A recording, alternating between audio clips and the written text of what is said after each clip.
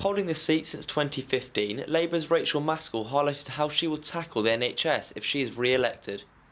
Having worked in the NHS, I know what works and what doesn't work, and we particularly need to see a real move into early intervention in healthcare, making sure people don't become ill in the first place, tackling big issues like diabetes and obesity before they become issues for people, and therefore investing in public health, which has been cut in the city but nationally as well, is going to be really important for Labour, because we've got to make that investment for future generations. But I believe one of the strongest things that Labour has costed and planned is to start bringing health and social care together. We're going to start by saying to anybody that needs to have personalised care, that's washing and dressing and support with eating, in their own homes or in care home, that we'll provide that free.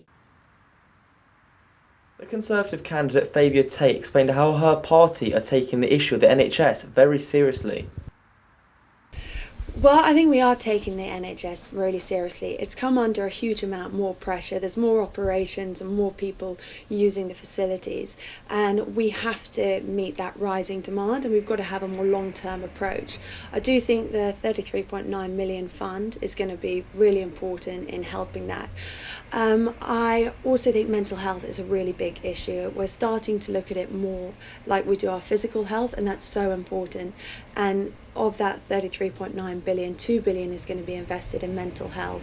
And I want to ensure that if I'm elected, I'll be banging on the right doors to get the amount of funding we need so that we have the facilities and the support we need in York Hospital to support all our residents. James Blanchard of the Liberal Democrats has his own personal experiences with the NHS and explained his approach. We've got a crisis in mental health issues in the NHS right now, and we want to see that properly dealt with. And unlike the other parties who are saying that we can have it all for free, we've been very clear that we will put a penny on income tax to bring the NHS up to where people actually aspire to it be, so that it's there for when we need it for ourselves, when we need it for our parents, when we need it for our children. Mental health is particularly important, where you've seen children shipped literally from one end of the country to another because of the loss of mental health facilities, and that's no more better illustrated in York than the loss of the Bootham facility. We want to see that support come back in, and we're being honest with people and saying that this is how we'll pay for it as well.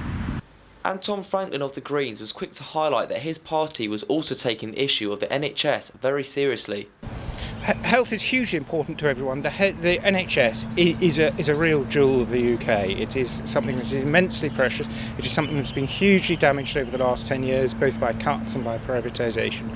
We need to ensure that it remains free and public, and we need to put more resources into it. We want to put an extra £6 billion each year between now and 2030.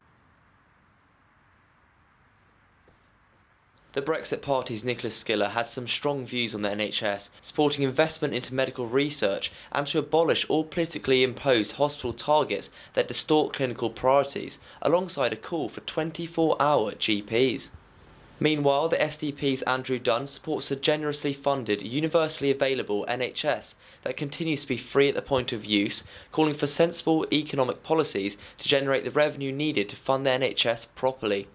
And Andrew Snedden of the Yorkshire Party wants a total rethink of the health system, integrating in the social care side of things. He wants a transparent and equal funding with London and the South, which could help bring powers to a Yorkshire Assembly. And you'll have the chance to vote for one of these candidates in York Central on Thursday the 12th of December. Rory Ward, That's TV.